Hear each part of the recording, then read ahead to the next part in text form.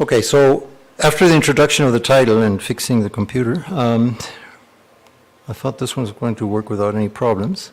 So we're going to talk about the wiring circuit. What we try to understand is how the brain works, okay? And so we have a wiring diagram of neuronal circuits, and it is believed that they determine the function as information processing devices. However, we cannot modify the structure-function relationships. We cannot modify the input to the brain any way we want, because there are neurons, there are inputs from different sensory systems, and we have no access to that. So we try to do this by constructing these synthetic circuits that are composed of both of simulated systems in a computer and living nerve cells in which key features of the wiring diagram can be artificially designed, switched, and randomized. We can do them as ever we want. So in order to stimulate the neurons, we use optogenetics. And optogenetics is a system where, as I mentioned, the embryonic day 18 rat neurons are cultured on a multi-electrode array. So we have electrodes that we can record the activity from. And they get infected with a virus. We got presented this morning with adenoviruses.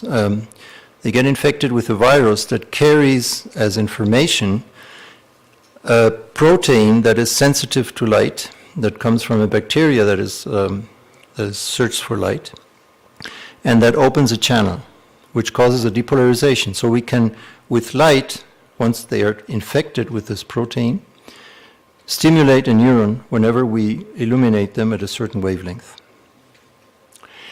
And then after 21 days in division that we keep them in culture, we can stimulate them with optical methods.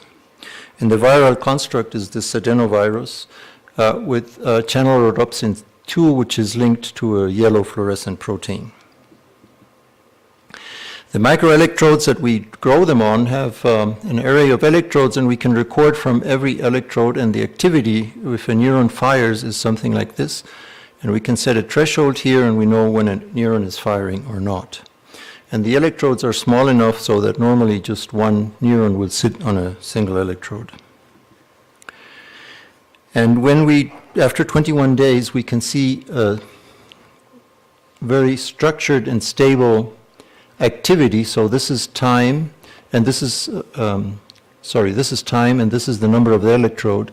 And you can see that certain cells fire in a very repetitive manner in a burst-like pattern. And this can be repeated over long times, over and over, so it's a stable, very stable recording, which is very reproducible. So it is highly reproducible, and this is an approach of a non-invasive in vitro, non-invasive because the neurons don't get penetrated with an electrode for long terms, and we can see the ongoing synaptic drum fire, the constant firing that's present in the brain. So we have some living model of something. Now, does this behave like normal neurons do? Well, certain properties we can test, and one test is the normal brain has a long-term potentiation, LTP, which means when you repetitive stimulate them with a high frequency for a short period, they make better connections, so they fire more reliably. And here you can see a record of different parameters like the firing rate, and they fire in bursts, so this would be the interburst firing rate, and the burst rate as the number of bursts. And during this blue period, which is applied a 40 hertz signal for 1 minute, you can see that afterwards there is first a depression, but afterwards there is a significant increase in activity. So this is a certain plasticity that we can also see in brain slices, for instance, and it is mediated by NMDA because NMDA is a blocker of glutamatergic transmission, special NMDA channels, and we can also block the AMPA receptors, and we can see that both of these contribute to this activity. Okay, so this is a very primitive test that it's working, But now I want to go to the orientation preference, and this is kind of a diagram of an eye, and here you have the retinal ganglion cells that project to the lateral geniculate nucleus, and from there they project to the visual cortex. And here you can see what I was saying before about the orientation preference. These are different orientations, and this is the firing rate of a cell that responds to 0 degrees, so to a line like this. So it gives the maximum spiking frequency at a bar that goes like this. And if you code the different directions with different colors, you get a map like this. So here, for instance, red corresponds to this 90 degree. And they form like pinwheels, and this has been measured for macaques, for rats, for cats, for different animals. And it is a very reliable pattern that you can observe. So now, instead of having a projection from the eye, there is a certain neural circuit here with the ganglion cells that have amacrine cells, and they have a horizontal depression, have on and off receptors. We know how this is done. We know how the function in the lateral geniculus nucleus is. So we know actually how the input to the visual cortex would be for a certain stimulus. So we remove this and replace this by a computer that simulates as if the eye would be seeing this, and simulates the input into the neural circuit. So for this we have to illuminate these neurons that we grow with a signal that is generated by a laser and is modulated in phase and in space in order to produce a hologram. A hologram means that we can illuminate in 3 dimensions any place in the target. And it's blue light, that's why this is a blue signal. And with this we stimulate the neurons. And we record, at the beginning we recorded with electrical multi-electrode array. But we switched to, and we observe also where we stimulate through the back path. So this is where the network is. This is the objective of the microscope, which we modified drastically, and we can record on seeing the stimulation. What simulation patterns do we apply? We apply these different gratings. You see here the gratings in different degrees with dark periods in between. This is how it looks like on the multi-electrode array. So here you can see the neurons, you can see the arrays, and you can see the grating that will move here back and forth. For test purposes, we also have a checkerboard that is just random projection where we don't expect not to see anything, which I will come to talk later. And it turns out that in a tissue that has never seen light, that has never had an input from an eye, it has orientation preference. And that's something that we never thought would be possible. So these represent the different electrodes here. And here you can see orientation tuning. Not all of them have orientation tuning, but some of them really have. And you can see that we can record to different orientation preferences. So the system works. And what is amazing is that it's an emergent property of the neurons. So this is the statistical analysis and tests. So here are individual records. This is the average. And we have tested for the cumulative distribution function for different parameters, and to make sure that these are the different orientations, that this is a stable and reproducible effect. So up to now, we were limited to these electrodes that we have, so we thought about making also the recording optical. So there is a protein that responds to calcium, and calcium is the signal that gets released within the cell when it gets excited.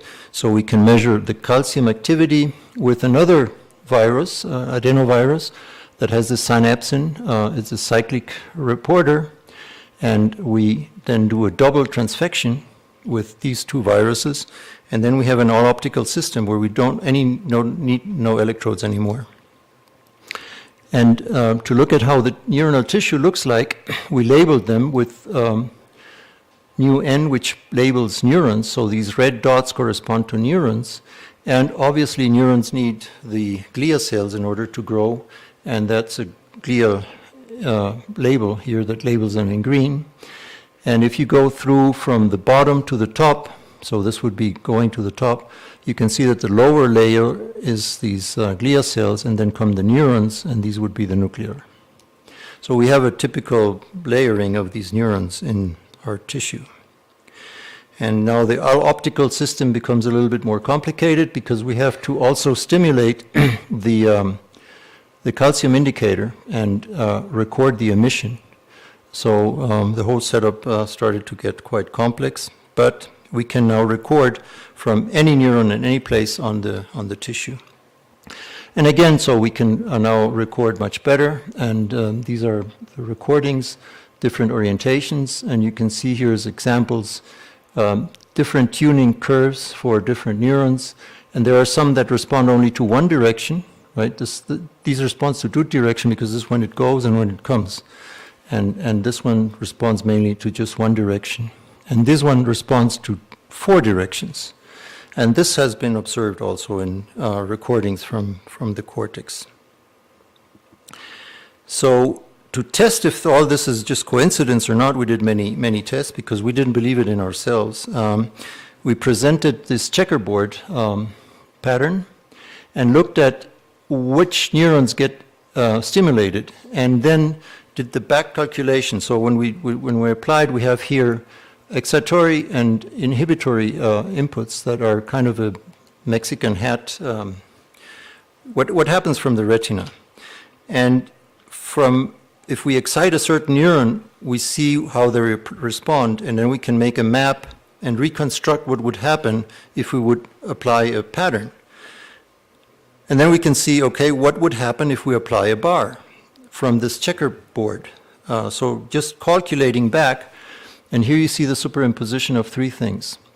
One is what we measure, that we see the orientation preference, and from these interconnections, we can predict what the response would be, and it turns out to be quite good a match. So we are very certain that the connections that exist in the neural circuit are already set up as to respond in an orientation preference column system. So now we have the possibility to do a change. Let's see, now we were putting in an input of a grading with no scaling. But obviously a cat and a rat would have different inputs. So we can take this neuronal tissue and say, you are a cat or you're a rat. And you would see different. You would have different resolution. You would have different projections of the eye onto the brain, right? Something that you could never do in an experiment. And what do we get? Can we reproduce what is known, that, for instance, the orientation selectivity in a rat has other properties? It's known. So this is how a cat sees a rat. The only problem here is that the cats are not trichromatic, they're dichromatic, so they wouldn't see it in color. But they have quite a good idea of what a rat looks like. A rat has a smaller eye and sees a cat with much less resolution, because one retinal ganglion would project to a bigger area, and this is the cat, it would be smaller. And the visual cortex has a smaller area, so this is about 400 square millimeters, and this is about 1 square millimeter. So we can now simulate all this part in the computer, project it on our neuronal circuit, and see what happens. So this would be the map of the orientation preference in colors for a cat, and this would be the one for a rat. And you can see that they're so small that these are kind of superimposed, and it's more of a salt and pepper pattern, and that's what is known to happen. And in fact, that is what we see. So this is the superimposition. So this is a complex picture in the sense that here you can see the different orientation selectivity for different neurons. This would be the neural tissue. And for instance, this one is highlighted. This one would respond to this orientation here, right? More than anything else. And now we're reducing the scale, so we're making the animal smaller, smaller, smaller, and smaller. And if you keep on looking at this, this one here, and the corresponding tuning curve is shown here. So this is this one that does have a little side peak, so it has kind of two little peaks. It comes to something that is not very defined, and you can see that there's a switch in phase, and then it has here quite good tuning curve, and this would be the rat, the scaling. This would be, this lambda describes the scaling. And you can see that this changes orientation by 90 degrees. But this is exactly the pattern, this salt and pepper distribution that is known from a rat. So I wanted to keep this short. As a summary, we're able to take a neuronal tissue network and stimulate it as if it would be in a brain. With a computer, we generate the signals in a computer. And we can do experiments that are not possible. We can just switch the input to anything we would like, and we started to look at the visual system. But the olfactory system, for instance, is also made in columns. And this allows to make kind of experiments that are not possible in vivo to test different hypotheses of how our brain works. So thank you very much for your attention.